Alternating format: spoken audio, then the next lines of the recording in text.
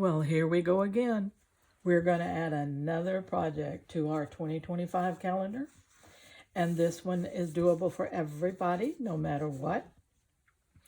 The title you noticed was Art Journaling the Wild and Free Way, using everything but the kitchen sink. And that is exactly what we're going to do, because every one of us, we're going to have different things to work with. I'm going to incorporate a lot of fabric into mine, and just everything and anything that I have. I have drawers of doodads that I've had for years and haven't used anywhere. What a great place to start just using them for fun. I don't know how many pages I can do in here before it gets too chunky that then I'd have to remove some, but I don't care about that. I care about the process. This is kind of like slow stitching for the wild and free artisan in you that likes to do not just slow stitching, but all kinds of crafts. And but we're going to do it in a meditative way, a slow way, a relaxing way, stress-free, wild and free, using what we've got. I'm a scrappy person, and I'm not going to go buy a bunch of new stuff to put into this, okay? So let's use what we have. So this is an intro, and I want to show you a little bit.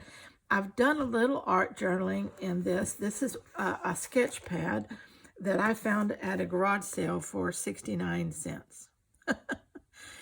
So, you know, I can't lose on that, can I? And a sketch pad, and I loved it because the pages were thicker.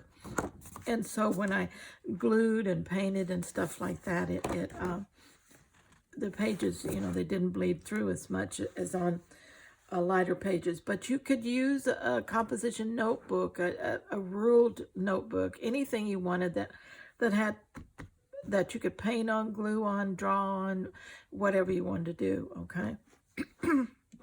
You could start with a magazine and glue a couple pages together to make them a little stronger, and then work both sides of those. Anything that you had, don't say you can't do this because I don't have what Linda has, because you can use what you have, okay? So I have a couple of pages. I haven't done anything with my covers yet. That's down the road. But, oh man, it's been a couple years ago that I did this, started in this, and did these little pockets here, a little tea bag thing, a little tuck there. And I believe this is a little note place, yes. And just you know, magazine, torn pages from magazines, some junk journaling supplies, just doing that. Then I did this page, which this one's not finished. It's just very blah, but it's got some stuff on it, and so I can work on that one. And this one is finished, and again, it's done with magazine, just things cut out of magazines. There's the blue streaks here are fabric. I cut words out and put that there. I made a paper flower right up there. I don't know if you can see that very well. A little paper flower. And put that in there. Let me move my coffee. It's getting in my way. Okay. And just put it together. I found this picture. I loved those eyes, and I thought I can do something around that. And then I saw this one was cool, and I thought, okay, let's go around that. And just kind of, to me, it was kind of like going sightseeing, sitting at an outside cafe, having a cup of coffee while you visit this city, working on all the different things you want to see in the city, of course, viewing everything, and just living and having a great time. There's a story in mine. I don't know if you want to put a story in yours.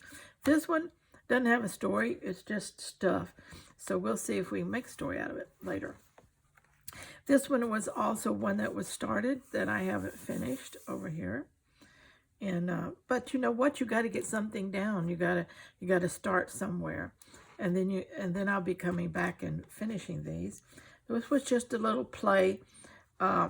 Actually, I was doing another project, and this was my bleed over of my watercolors, and also where I cleaned my brush. And then I came back and I added some stuff to it and just made a page of artwork out of it. Okay, I like it. It's different.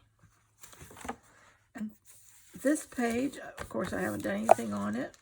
This page, I just had this where I cut out, I think it was an envelope that was printed on this page where you could fold it and make an envelope out of it. And I thought, well, but doesn't that make a great page border? So I saved it and glued it on that. And that's as far as I've got. So you can see that basically I'm still starting from the beginning.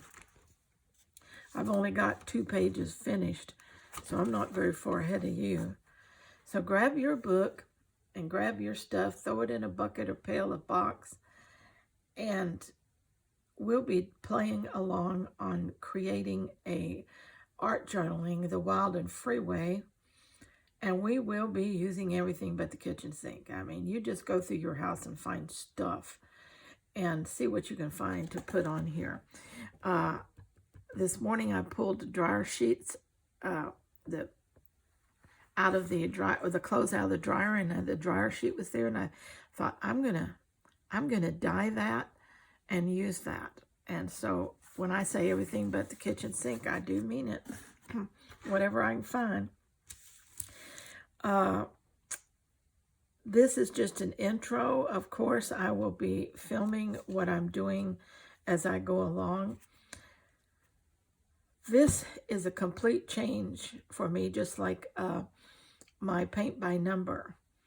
And it's really been good for me to add projects that are not particularly stitching projects. It gives my mind a rest from creatively thinking about stitching, and so that when I go back to it, I feel refreshed and able to dream up and design things in my head again and know where I want to go and enjoy the process again. It gives my hands a rest from doing repetitively stitching. It keeps me creative in between my major projects. It gives me hours of relaxation. I don't have to plan a whole bunch for something like this. I just have to get a magazine, a pair of scissors, and some glue, and I can get started and go from there. Just anything goes, and I just want to hear about your journey. Be sure in the comments of this Art Journaling Wild and Free, be sure to tell us what you're doing. What are you using? How'd you make your page? What were your thoughts? Did you theme it? Do you have a color you like to work with? What mediums are you using? What did you find around the house to use?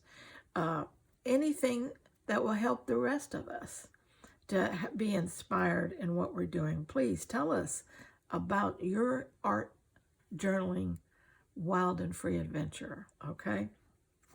All right, till the next video where I'll get started on this second page here and do something with it. I'm not quite sure what, but we'll do something. All right, till next time, we're going to stay scrap happy no matter what it takes down to the kitchen sink.